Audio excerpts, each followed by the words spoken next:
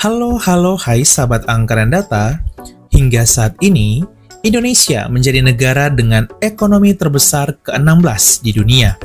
Ya, melansir dari internationalcontent.co.id, produk domestik bruto atau PDB Indonesia mencapai 1,31 triliun US dollar.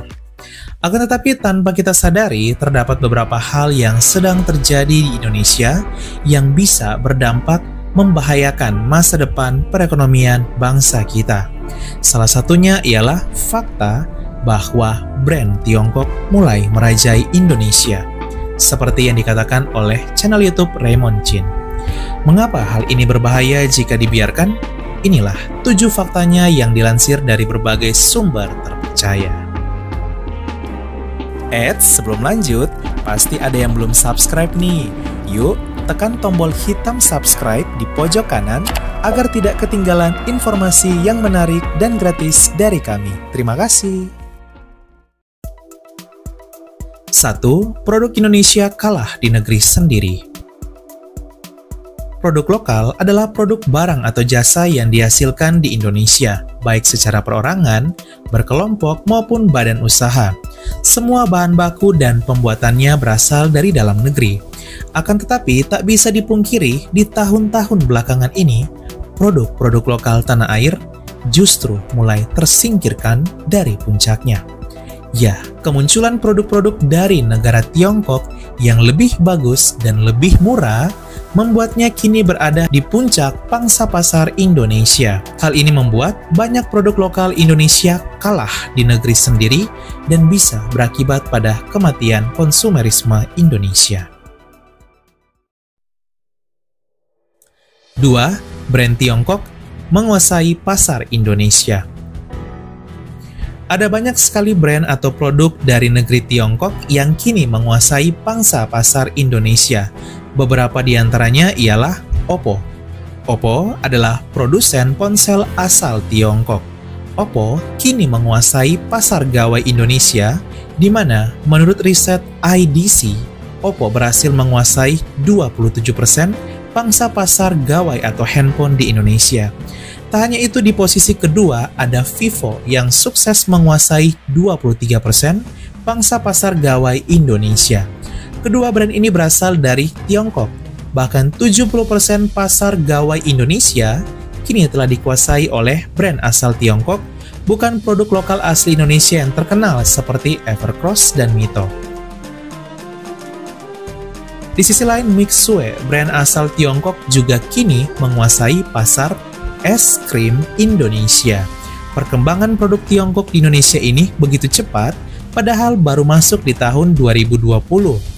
Di dunia media sosial, aplikasi TikTok yang terbilang belum lama masuk di Indonesia pada tahun 2017 ini, kini telah menguasai popularitas media sosial Indonesia, bahkan menyaingi YouTube. Aplikasi buatan Tiongkok ini pada tahun 2023 berhasil menarik pengguna Indonesia sebanyak 113 juta orang, bahkan mulai mengepakkan sayapnya ke e-commerce dengan fitur TikTok Shop-nya. Kini, TikTok Shop bahkan telah menguasai e-commerce Indonesia dan mengalahkan brand asli tanah air seperti sekelas Tokopedia. 3. Bonus demografi Indonesia. Pada tahun 2045, jumlah penduduk Indonesia diperkirakan akan mencapai 324 juta jiwa. Di tahun tersebut, Indonesia akan mendapatkan bonus demografi di mana 70% dari jumlah penduduk merupakan usia produktif atau sebanyak 227 juta jiwa. Wah, sangat besar ya. Akan tetapi, tahukah sahabat angka dan data, bonus demografi Indonesia ini dari segi kuantitas belum dapat mengimbangi kualitas untuk bersaing dengan negara lain seperti Tiongkok dan India, sehingga sumber daya manusia atau SDM masih menjadi tantangan bagi Indonesia hingga saat ini untuk terus berjuang bersaing menguasai pasar di negeri sendiri maupun internasional. 4. Rahasia Tiongkok maju. Terdapat 3 sektor yang menjadi prioritas utama Tiongkok sehingga mereka bisa maju dengan pesat, yaitu infrastruktur, teknologi, dan edukasi.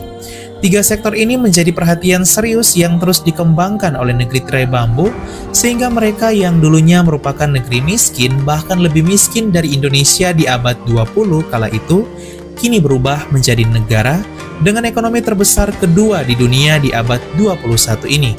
Bahkan di masa mendatang, diprediksi Tiongkok akan menjadi negara dengan ekonomi terbesar pertama di dunia tahun 2050, menggeser Amerika Serikat.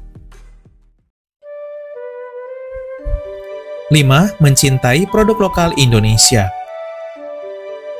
Muncul sebuah pertanyaan, apa yang dapat kita lakukan sebagai masyarakat yang adalah konsumen bagi kemajuan ekonomi dan produk lokal negeri ini? Salah satunya dengan mencintai produk lokal Indonesia. Bukan berarti kita tidak boleh membeli produk negara lain, tetapi masih banyak produk lokal Indonesia yang dapat kita beli untuk kebutuhan sehari-hari yang kualitasnya kini tak kalah keren dengan produk dari luar negeri. Sehingga uang akan lebih banyak beredar dan berputar di negeri kita sendiri, bukan ke negara lain. 6. Terobosan pemerintah. Pemerintah Indonesia hingga saat ini sudah memberikan yang terbaik, bahkan Indonesia diprediksi pada tahun 2050 akan menjadi negara dengan ekonomi terbesar keempat di dunia setelah Tiongkok, Amerika Serikat, dan India. Akan tetapi, merajalelanya brand Tiongkok di tanah air tentunya tidak bisa dibiarkan terus-menerus karena bisa mematikan produk lokal bangsa sendiri.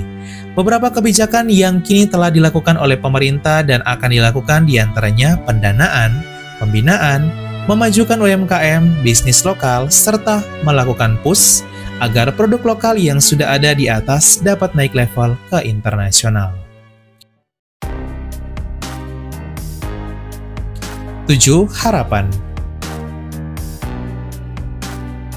Harapan kita tentunya produk-produk lokal bangsa atau brand tanah air bisa terus maju, bahkan kelak menguasai kembali pangsa pasar Indonesia. Dengan langkah-langkah di atas, kita harap produk-produk lokal Indonesia bisa berjaya kembali, bahkan berjaya penuh di negerinya sendiri.